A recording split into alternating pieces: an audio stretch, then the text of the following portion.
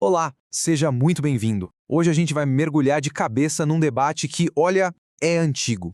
Qual é a real conexão entre o que uma sociedade acredita e o quanto ela se desenvolve? É uma relação cheia de idas e vindas e a gente vai tentar entender melhor essa história toda olhando para o que os dados e as pesquisas têm a dizer. E a pergunta que vai guiar a nossa conversa é basicamente aquela do ovo e da galinha.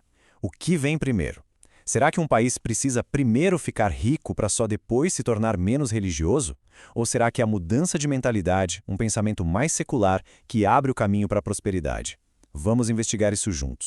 E olha, essa briga de ideias não é de hoje não. Ela coloca frente a frente dois verdadeiros gigantes da sociologia. De um lado, a gente tem a ideia de que o dinheiro, a economia, é que molda a cultura.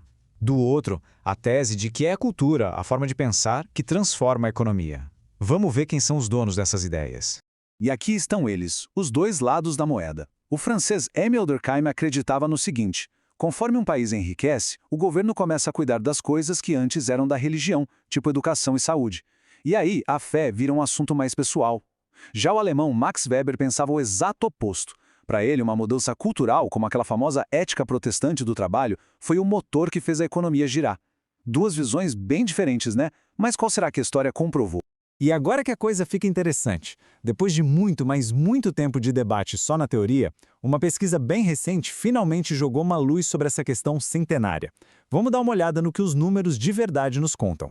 Para chegar a uma resposta, os pesquisadores fizeram um trabalho gigantesco. Pensa só, eles analisaram 100 anos de dados, de 109 países diferentes. Basicamente, cruzaram as informações sobre a influência da religião com os dados da economia para entender de uma vez por todas quem puxa quem.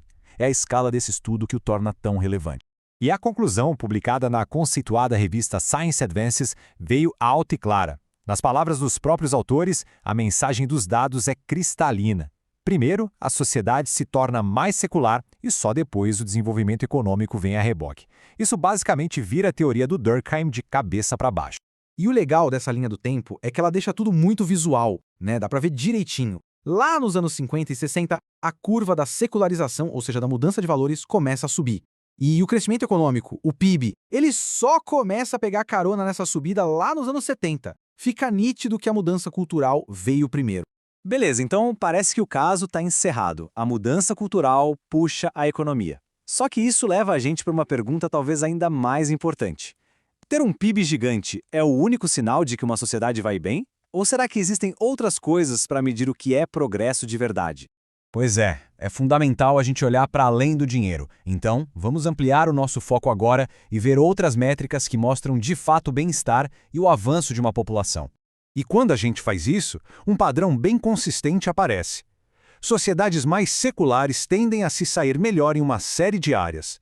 As pessoas vivem mais, os níveis de educação são mais altos, existe mais igualdade de gênero, menos corrupção, mais estabilidade política. A lista é longa e a correlação bem forte. Tá, mas por que isso acontece? Qual é a ligação? A análise sugere que a chave está na base da sociedade. O respeito pelos direitos de cada um e a tolerância com as diferenças, valores como aceitar o divórcio, os direitos das minorias, parecem criar um terreno fértil, um ambiente onde a sociedade inteira consegue prosperar, e não só na economia. Certo, mas como uma sociedade que desenvolve esses valores de tolerância e respeito? Para entender isso, a gente precisa falar de um conceito fundamental, o letramento científico. E calma, não é sobre decorar fórmulas, é mais um jeito de pensar e enxergar o mundo. A base de tudo é o que a gente chama de alfabetização científica.